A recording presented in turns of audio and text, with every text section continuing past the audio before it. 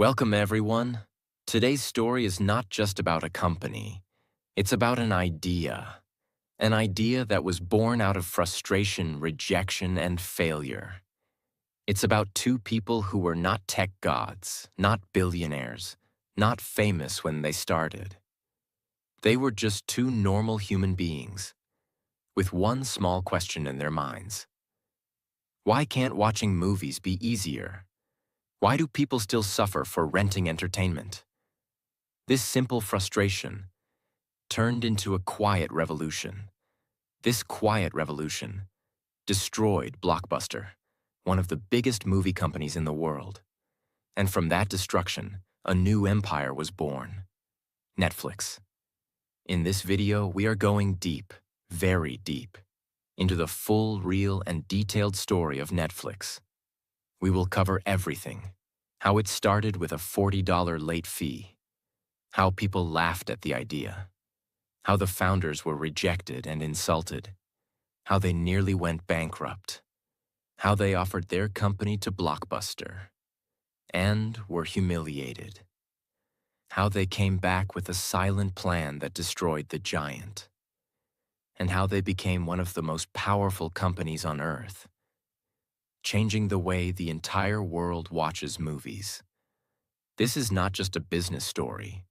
This is a story of revenge without violence, obsession without fame, building in silence while everyone doubted you, turning rejection into motivation, outsmarting those who once laughed at you. So if you're someone who has ever been told, your idea is stupid, you can't do this, no one cares what you're building, then stay with me, because this story is going to prove something powerful to you. You don't need to be loud to win. You just need to be consistent, patient, and quietly obsessed. This story isn't just for motivation. It's also great for your English. You'll hear real vocabulary about business, risk, emotion, and success in easy and clear English. You'll learn how to understand big ideas like rejection, obsession, growth, innovation, mindset. Every sentence in this story is written to help you improve listening skills, learn sentence structure, build confidence in understanding English naturally. And because it's told like a movie, you'll stay engaged, and that helps your brain remember English longer. So if you're learning English, this story will help you grow fast, without feeling like you're studying. Now, let's begin the full journey. Here is part 1 of the true, detailed, and powerful story of Netflix. Part 1. The $40 mistake that started a revolution. In 1997, a man named Reed Hastings returned a rented movie to Blockbuster, the most powerful video rental company in America at the time. But he was late, and Blockbuster charged him $40 in late fees. Now imagine this. Reed was not poor. He had money. He was a software engineer. He was educated. But that one late fee made him angry in a way no one expected. He thought, "Why am I paying a fine for entertainment? This doesn't feel fair." He didn't forget the movie. He wasn't irresponsible. He was just busy, like most people. But Blockbuster didn't care. That $40 fine planted a seed in Reed Hastings' mind.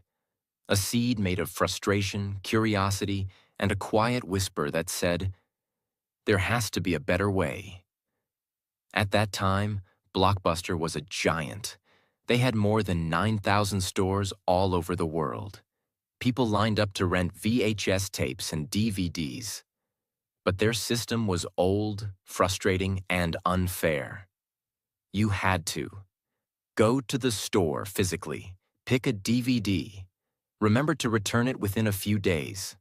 And if you forgot, you were punished with a late fee, sometimes more than the cost of the movie itself.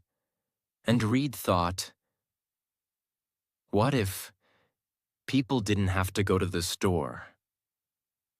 What if people could choose movies from home?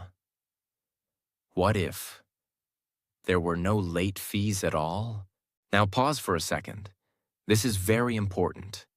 Millions of people had this same frustration, but they just complained and moved on. Reed did something different. He turned frustration into fuel. Reed had a friend and business partner named Mark Randolph. He wasn't a billionaire.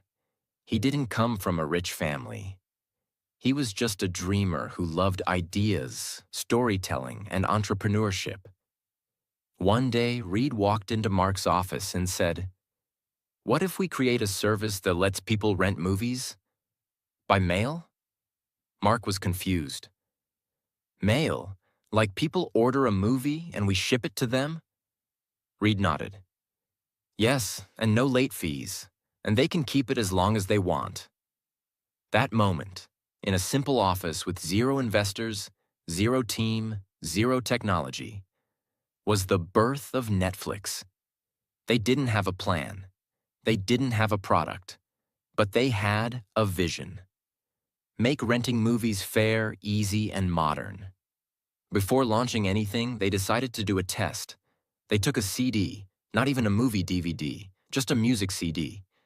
They put it inside a small envelope. They wrote an address. They dropped it in the mailbox. Then, they waited. Would it break? Would it arrive? Would it get lost? A few days later, the CD arrived. Perfectly. That one moment told them, it's possible. We can do this. The first version of Netflix, 1997. They built a small website. It had a few movies listed. Very basic design. Users could go online, click a movie, and get it by mail. There were no ads, no streaming, no big studios behind them. Just two men, a few employees, and a vision. They named it Netflix, a combination of internet and flicks, slang for movies. It was simple, strange, and new. People didn't trust it at first. Why would I rent a movie from a website? I already have Blockbuster. But Netflix didn't stop. They knew something Blockbuster didn't. The future is not about punishment. It's about freedom. In 1999, Netflix made a bold move. They introduced a monthly subscription plan. Instead of paying per movie, users could pay a small monthly fee, rent as many movies as they wanted, keep them as long as they liked, and return them when they were ready. No late fees. It was unheard of. Nobody in the video industry was doing this. But it solved a huge problem. And slowly, the world started to listen. At this stage, Blockbuster was still laughing. They were making billions from late fees. They thought Netflix was a toy, a joke. But Netflix was growing, not loudly, not quickly, but quietly, one customer at a time. People who tried it loved it, because it was simple, kind, and modern. And this quiet storm was about to become a massive wave. By the year 2000, Netflix was growing, but very slowly. They had a loyal base of customers who loved the subscription model. They were sending DVDs by mail every day. People appreciated the no late fees, the freedom, and the comfort of choosing movies from home. But behind the scenes, Netflix was bleeding money. They were spending more than they were earning. They had warehouses to manage. They had to pay for shipping, employees, servers, customer service. But they weren't profitable. They were losing millions of dollars. He knew Netflix was doing something great. He believed the world would change. But time was running out. They had no backup if they failed, and no one wanted to invest. So one day, Reed made a bold decision. He walked into Mark Randolph's office and said, "Let's offer to sell Netflix." Mark was surprised. "To who?" Reed replied. "To the giant, to Blockbuster." That was the moment that would change everything. Reed and Mark booked a meeting with John Antioco, the CEO of Blockbuster. This was a huge deal. Blockbuster was worth billions. They had over 9,000 stores in more than 20 countries. They were making money from every direction: rental fees, snacks, video games, and especially late fees. Netflix? Just a startup with losses. But Reed believed that if Blockbuster understood the vision, they would join forces. He thought, what if Netflix became the online arm of Blockbuster? We handle the website, the DVD mailing, and Blockbuster handles the stores. It could be a win-win. They flew to Dallas, walked into Blockbuster's luxurious office, and sat across the table. Reed explained the idea passionately. He said, "You dominate physical stores. We dominate online rentals. Let's partner. Or, you can buy Netflix." John Antioco asked, "For how much?" Reed said, $50 million. There was silence in the room. Then, they laughed. Yes, they laughed, right in their faces.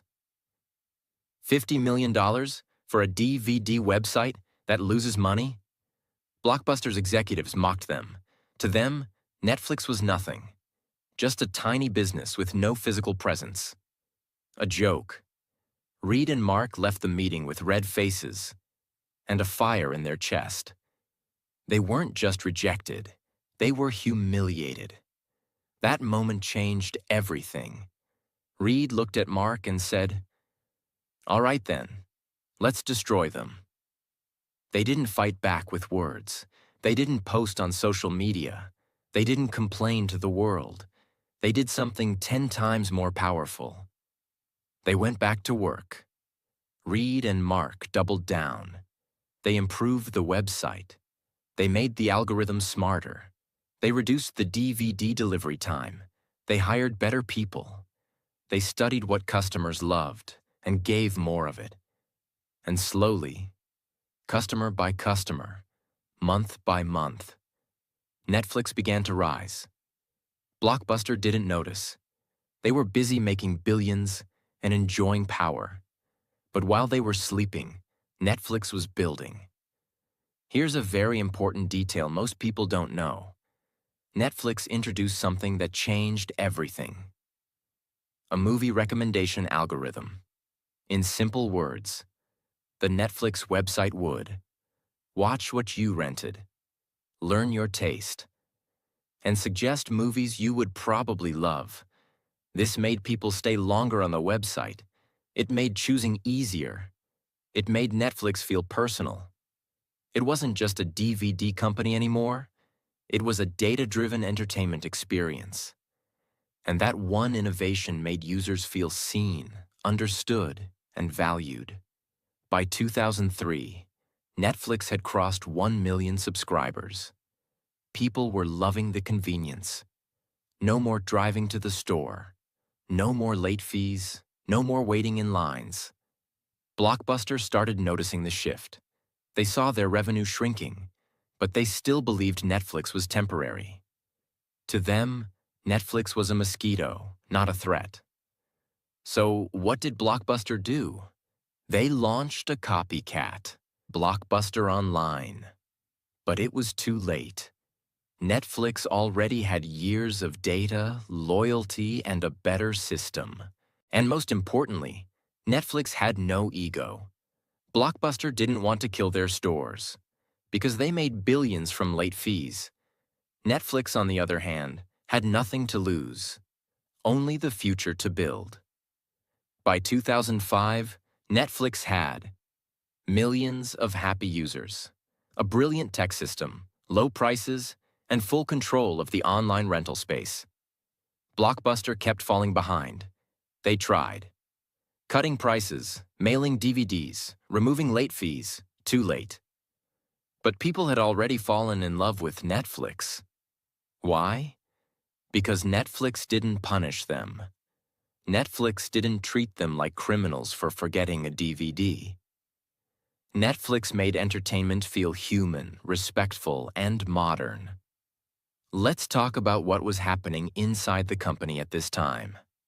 Reed Hastings believed in one core idea: give people freedom, treat them like adults.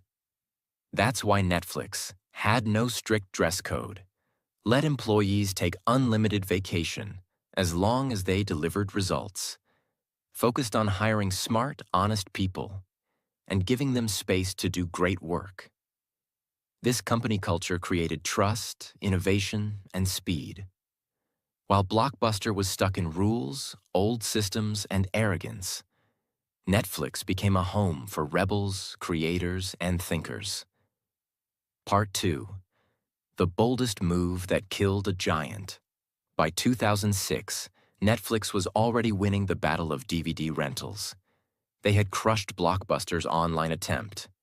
They were reaching millions of subscribers, and their system, built on freedom, personalization, and no late fees, had become a silent movement. But Reed Hastings was still not satisfied. Yes, Netflix had grown. Yes, they had loyal customers. But Reed saw something that almost no one else saw at the time. He saw the end of DVDs. He saw the beginning of something invisible. He saw the future. Reed looked at his team and asked, what if people could watch movies instantly? No mail, no envelopes, no waiting. Everyone was confused. In 2006, streaming was a new word. Internet speeds were slow. Watching a full movie online seemed like a crazy dream. But Reed wasn't focused on today. He was building for tomorrow. He believed, if we don't disrupt ourselves, someone else will. Let's pause for a moment and explain the concept of streaming in the simplest way. Streaming means you don't download the movie, you don't wait for a DVD, you just click and the movie starts playing online, like magic. It's what we now use every day. But in 2006, it was revolutionary. There was no YouTube Premium, no Amazon Prime, no Disney Plus. Netflix was about to do something no one in the industry had dared to try. Reed told his engineers to build a system for online movie streaming. But there were challenges. Many customers still use slow internet. Movie studios didn't want to give online rights. No one had done this before at scale. Netflix took a risk. They invested millions in streaming technology. They started negotiating with studios to allow their films online. They trained their users to try watching online instead of waiting for mail. And in 2007, Netflix officially launched instant streaming. Some customers were excited. I can just click and watch? That's amazing. Others were confused. What if my internet is slow? What if the movie stops in the middle? Netflix knew this would happen. They weren't expecting overnight success, but they were betting on one powerful truth. The future always starts small. The internet would get faster, laptops would improve. People would eventually prefer convenience over physical media. While Netflix was quietly moving into streaming, Blockbuster was busy trying to catch up with DVDs, already too late. They were stuck in a cycle of ego and short-term thinking. Blockbuster believed, our stores make billions. People love coming in. Streaming will never work. They didn't see that customers were already tired. Tired of driving. Tired of paying late fees. Tired of standing in line. Tired of being punished for forgetting a return. Netflix offered a quiet rebellion. Stay home. Get comfortable. Watch instantly. And people slowly started switching sides. By 2008, Blockbuster was falling fast. Their stock dropped. Their revenue shrank. Their loyal customers were leaving. Even their best employees were jumping ship to newer companies. They tried launching a streaming service, but they were years behind. and their brand had already been damaged. Netflix had taken the lead, not by being loud, but by being early, smart, and brave. And this time, there was no turning back. While Blockbuster was falling, Netflix kept innovating. Here's what they did next. Step by step. 1. They made streaming better. Netflix invested in content delivery networks, CDNs. These made movies load faster and play smoother. Video compression, so even slow internet could stream movies. Simple user interface, so even non-tech people could use it easily. They studied how people watched, when they paused, what they skipped, and used that data to improve everything. 2. They improved recommendations.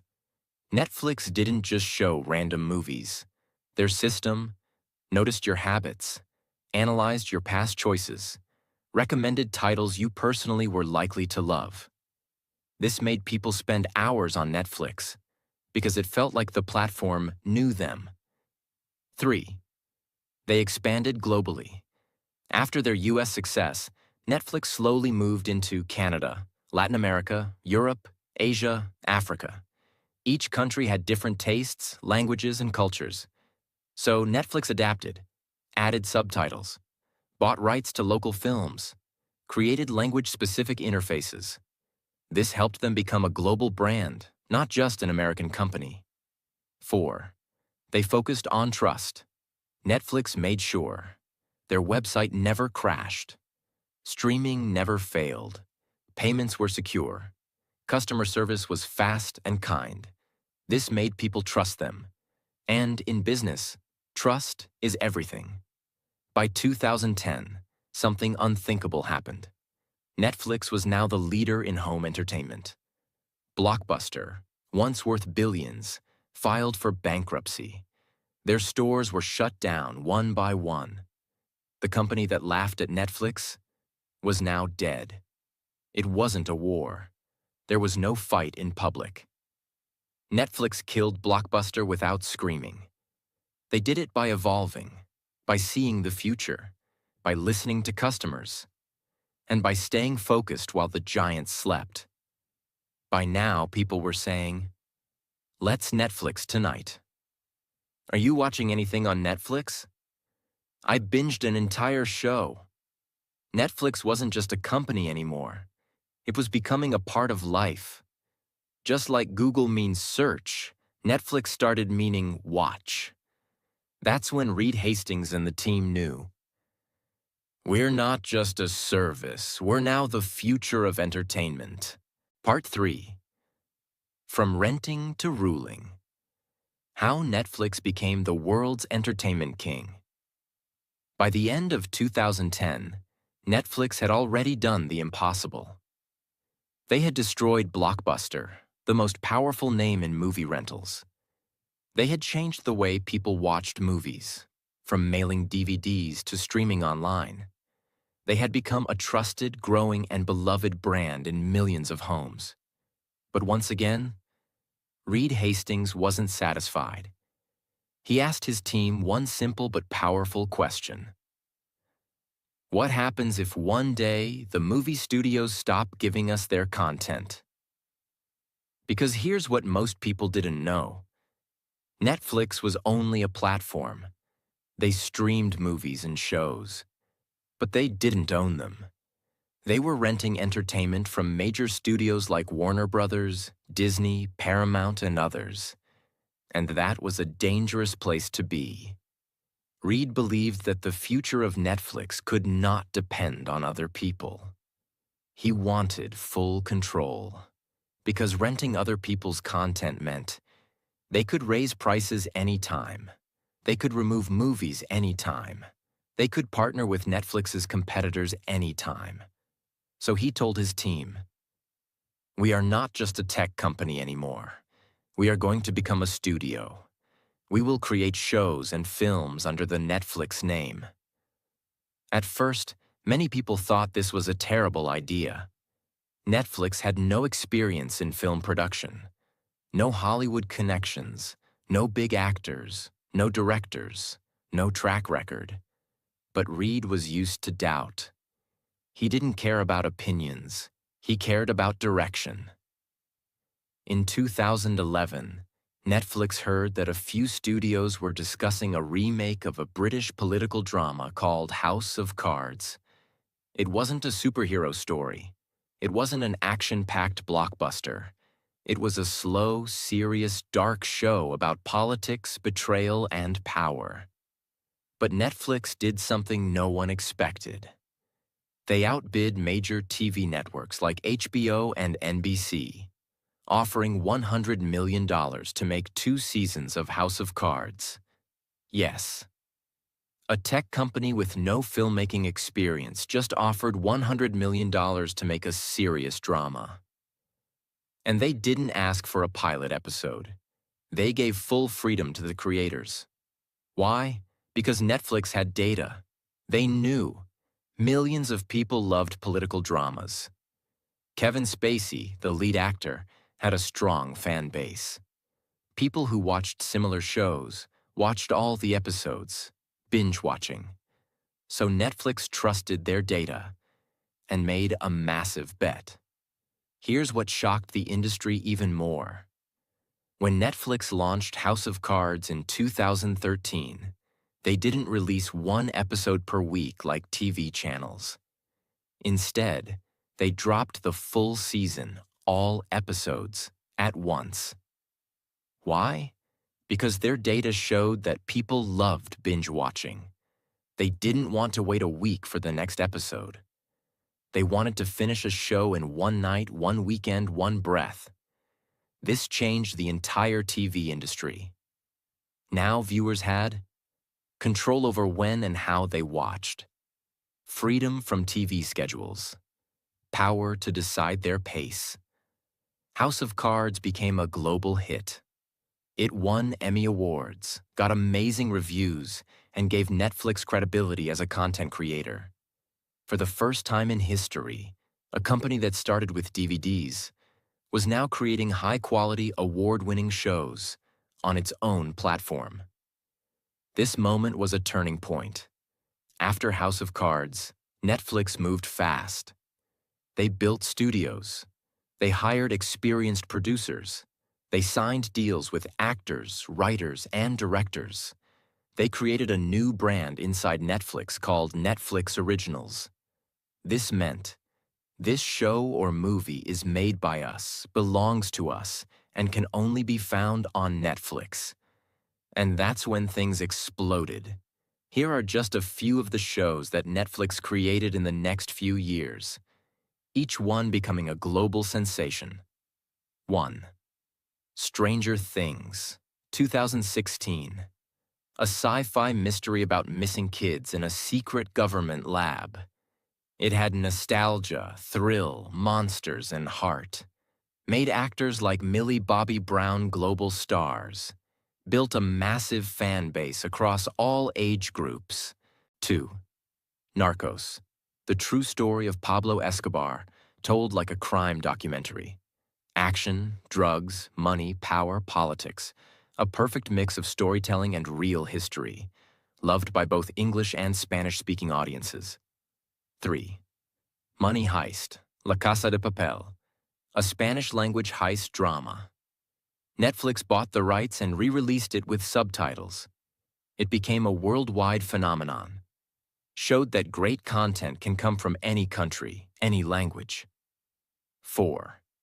The Crown, a historical drama about the life of Queen Elizabeth II. Expensive, elegant, educational. Showed Netflix's ability to do prestige content. 5.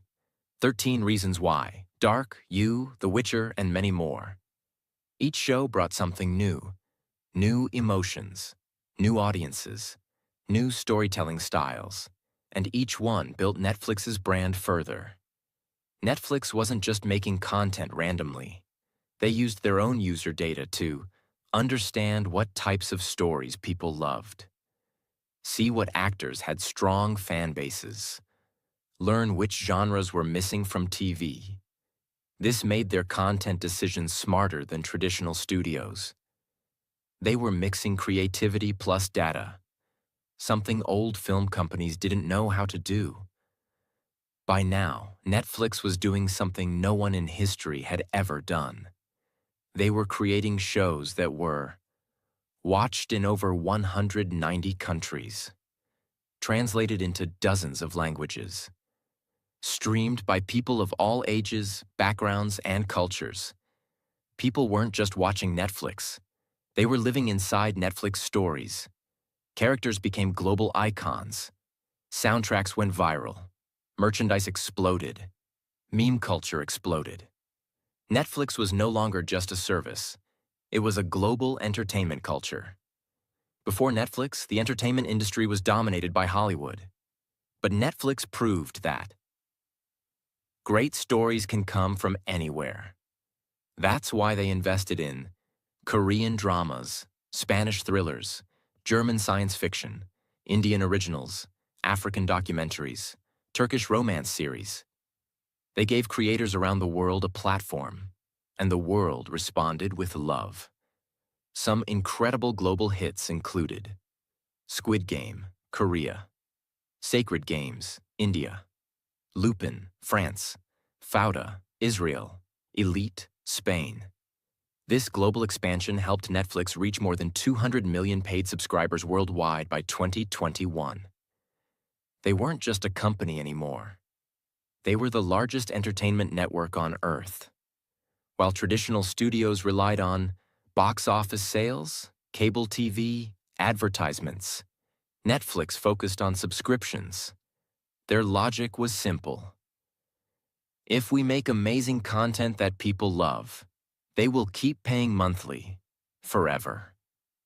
This model worked beautifully. Why? Because it created predictable revenue. It didn't depend on box office hits. It gave them freedom to take risks. It gave creators artistic control, and it kept customers happy. No ads, no waiting, no nonsense. They made money through loyalty, not interruption. This was revolutionary. Internally, Netflix was building something just as powerful, a culture that attracted top talent. Their employee culture was based on two key values. 1. Freedom, you're trusted like an adult. 2. Responsibility. You're expected to act like a leader. They offered no micromanagement, no vacation tracking, no time clocks, but extremely high expectations. If someone didn't perform, Netflix let them go, kindly but clearly. If someone thrived, they were given more freedom, more impact, more opportunity. This created a team that was fast, smart, fearless, obsessed with improvement. This internal strength helped Netflix stay 10 steps ahead of the competition. Netflix's success was so massive that it woke up other tech giants. Soon, the battlefield got crowded. Amazon Prime Video launched. Disney Plus entered the game. Apple TV Plus joined. HBO Max, Peacock, Paramount Plus, and many more began fighting for attention. Everyone wanted a piece of the streaming empire. But here's what mattered. Netflix wasn't afraid. Why? Because they had a 10-year head start, deep knowledge of their users, a massive content library, an unmatched global brand. Netflix knew the world is big enough for competition, but only the best will survive. And Netflix planned to stay the best. Once again, Netflix pushed boundaries. They launched shows where the viewer could control the story. Example: Black Mirror Bandersnatch. In these shows, you decide what the character does. Your choices change the outcome. It's like watching and playing a game at the same time. This was another signal that Netflix was not just following trends. They were creating them.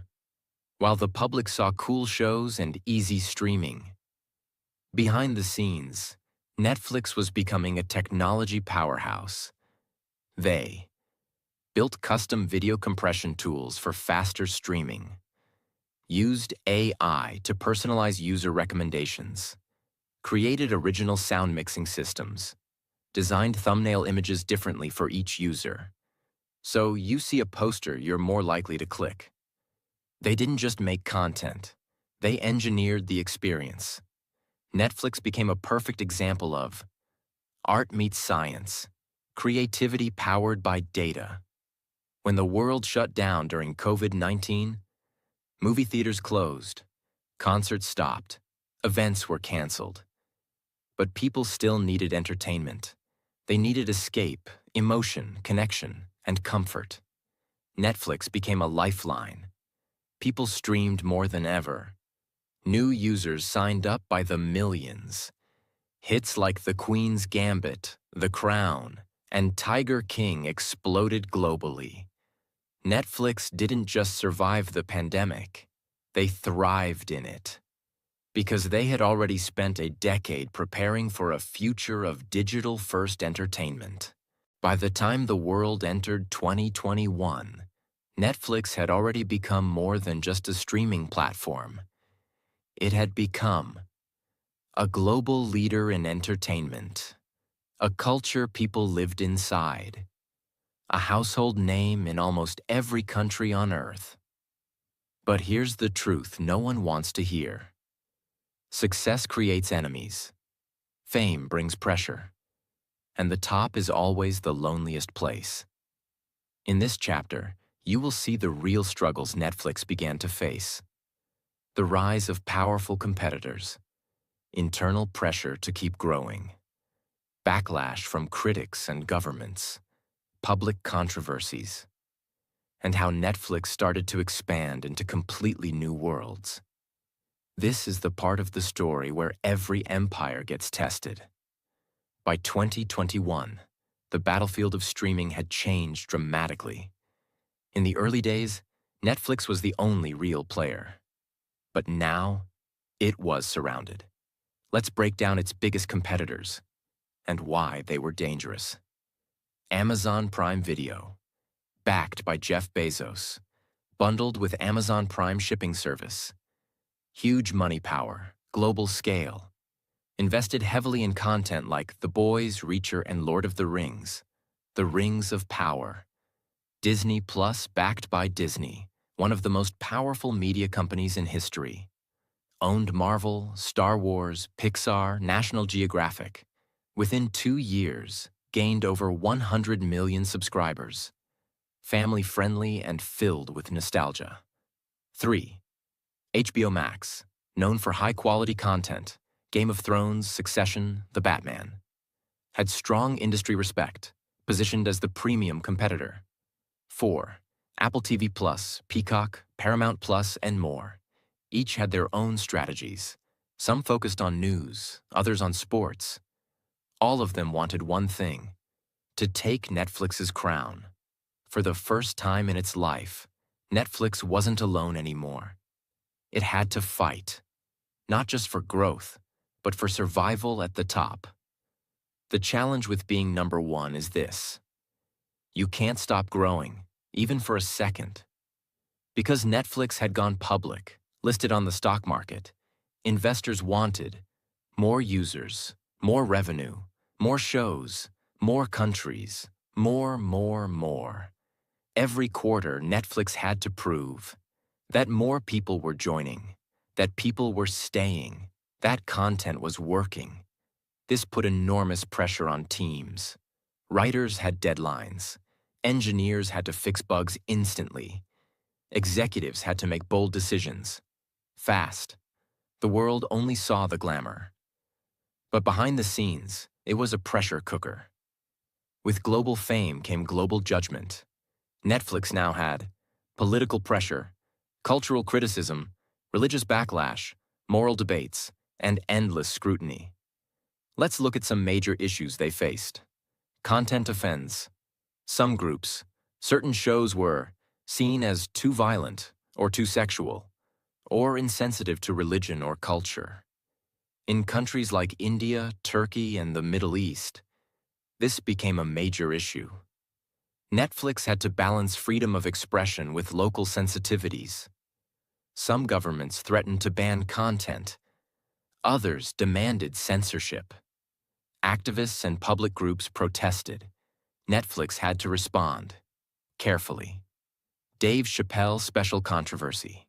In 2021, Netflix released a stand-up special by comedian Dave Chappelle.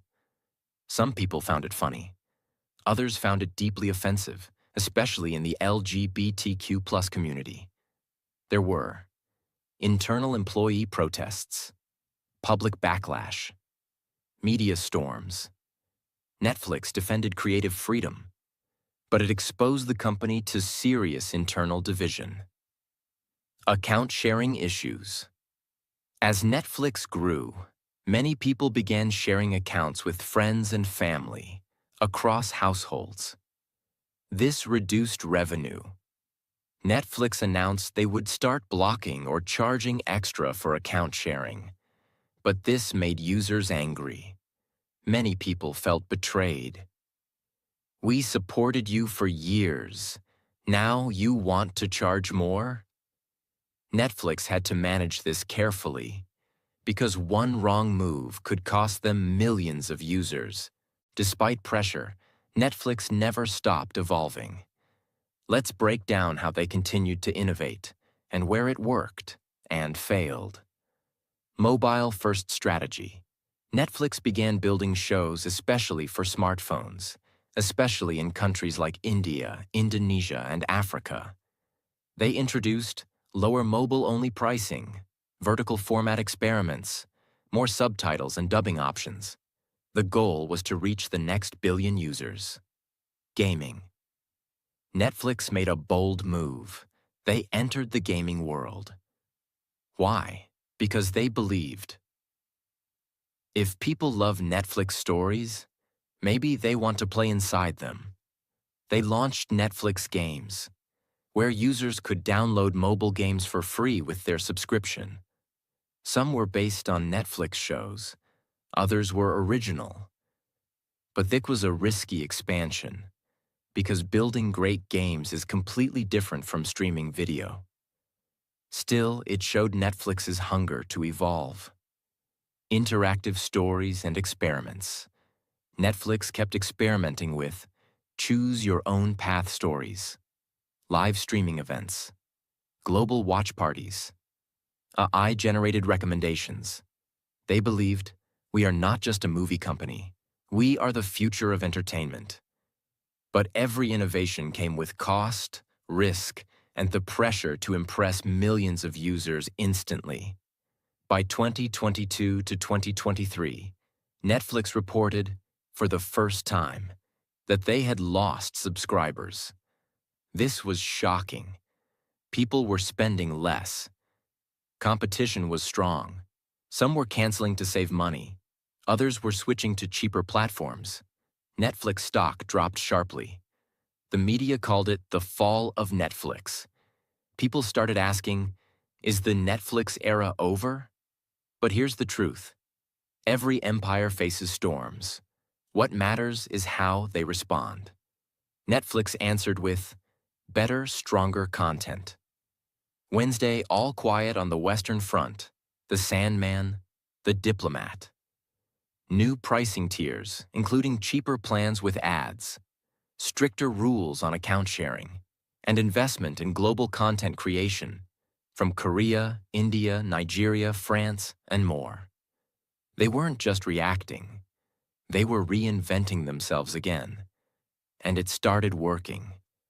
Their stock began recovering. Their subscriber base started rising again. And their belief in long-term thinking paid off. Once again. Netflix was no longer a young dream. It had become a global empire, and empires must fight to stay alive. But what made Netflix different was this. They didn't cry when challenged. They didn't panic when judged. They didn't blame others when growth slowed. They adapted. They changed. They experimented. They evolved. And they proved something powerful. Success is not about avoiding failure. Success is about rising. every time the world tries to pull you down. Part 4. The Legacy of Netflix and What the Future Will Remember. We've seen the full journey of Netflix so far. It started from a $40 late fee, faced rejection and humiliation by Blockbuster, took the world by surprise with streaming, created a revolution through original content, built a global empire across countries, languages, and cultures. And even after criticism, pressure, and competition, it fought back and continued evolving. But now we reach the final and most important chapter of this story. What is Netflix building next? What will its legacy be? And what can you, the viewer, learn from this journey? This isn't just about a company anymore. This is about a mindset, a way of thinking, building, and living that changed the world. As the world races into 2025 and beyond, entertainment is changing once again. The next revolution is not just about movies, shows, or even streaming.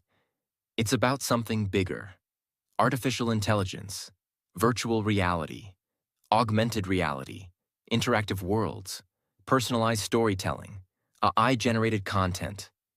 And Netflix is already preparing for this future. Netflix is now investing in AI too. Understand every viewer at a deeper level. Create content suggestions not just based on past behavior, but based on mood, habits, location, and even time of day. Test titles, thumbnails, descriptions, and trailers in real time to see what works best. But that's just the beginning. Imagine this. One day, your Netflix app might show you a version of a movie where the ending is different for you, based on your emotional preferences. This is the world of personalized storytelling, powered by AI. Netflix is also experimenting with virtual reality VR, 360-degree interactive stories, augmented reality experiences where characters come into your real world. This means the future won't just be about watching a story. It will be about entering it. You might put on a headset and walk through a city from your favorite show. You might interact with characters. You might choose the direction of the story. Netflix knows that the audience of the future won't just be passive viewers. They will be participants. And they are preparing for it. Right now. While Netflix began as a small DVD company in California, it is now building production studios all over the world. Why? Because they believe the next big show won't just come from Hollywood. It might come from Nigeria or Poland or Brazil or India. Netflix is hiring local talent, training new creators, supporting original voices, and bringing local stories to global screens. They are building a future where storytelling is truly global, where every voice has a chance. Netflix has also started programs to train young storytellers. They've launched screenwriting fellowships, animation workshops, documentary labs, support for female directors, programs for underrepresented creators. This is more than charity. It's a long-term bet. Because Netflix knows, if we want great content 10 years from now, we have to plant the seeds today. They're not just buying shows, they're building creators, the emotional core of Netflix's legacy. Behind all the data, all the code, all the deals and dollars, Netflix's story is about something very human. The power of obsession, the pain of rejection, the beauty of long-term thinking, the courage to evolve, even when you're winning. Let's now return to the beginning. To Reed Hastings. He was never trying to be a billionaire. He didn't start Netflix because he wanted fame. He was just a man who got angry over a $40 late fee. But instead of complaining, instead of blaming, instead of quitting. He built something that changed how the entire planet watches stories. That's what makes Netflix special. Now let's take everything from this four-part story and bring it home to your life. Whether you're a student, an entrepreneur, a creator, a dreamer, here are the deep truths Netflix teaches us. 1. Build from pain. That $40 late fee wasn't just a charge. It was a spark. Your pain can either destroy you or launch you. 2. Start small, but start now. Netflix began with a single CD in a single envelope. Big things don't start big. They start quiet and uncertain. 3. Be ready to be laughed at. Blockbuster laughed at them. The world called them a joke. Even their families doubted the idea. But Netflix kept going. In silence. 4. Disrupt yourself before others do. They moved to streaming before the world was ready. They created originals before they needed to. They launched global content before anyone asked. Always ask, what's next? 5th, let data support creativity, not replace it. Netflix became great by mixing human stories with smart technology. Use both. Don't ignore either. 6, stay hungry even when you're full. Even after winning the world, Netflix never stopped improving. They reinvented themselves again and again. 7, make your own stage. When Hollywood wouldn't give them power, Netflix built their own platform. If no one gives you a chance, create your own table. 8, remember, loyalty is earned, not bought. Netflix built trust with its users. No ads, no punishment, just consistent value day after day. That's how you build something that lasts. So, what is Netflix really? It's not just a streaming platform, not just a tech company, not just a movie studio. Netflix is a philosophy. It says, even if you start with nothing, even if the world laughs at you, even if you get rejected 1,000 times, you can still build something legendary. If you stay quiet, stay focused, and never stop evolving.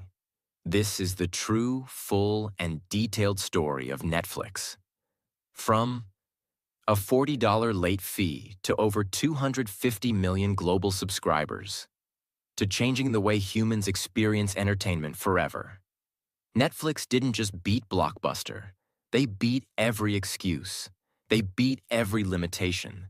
They beat every doubt. And now, their story belongs to the world. If you felt inspired, moved, and empowered by this story, share it with someone who's building something of their own. Because you don't need to be loud to change the world. You just need to be clear, committed, and quietly obsessed. Subscribe to this channel. Because here, we don't just tell stories. We tell stories that wake you up, that remind you who you are and who you can become. More stories like this are coming, and you deserve to hear every one of them.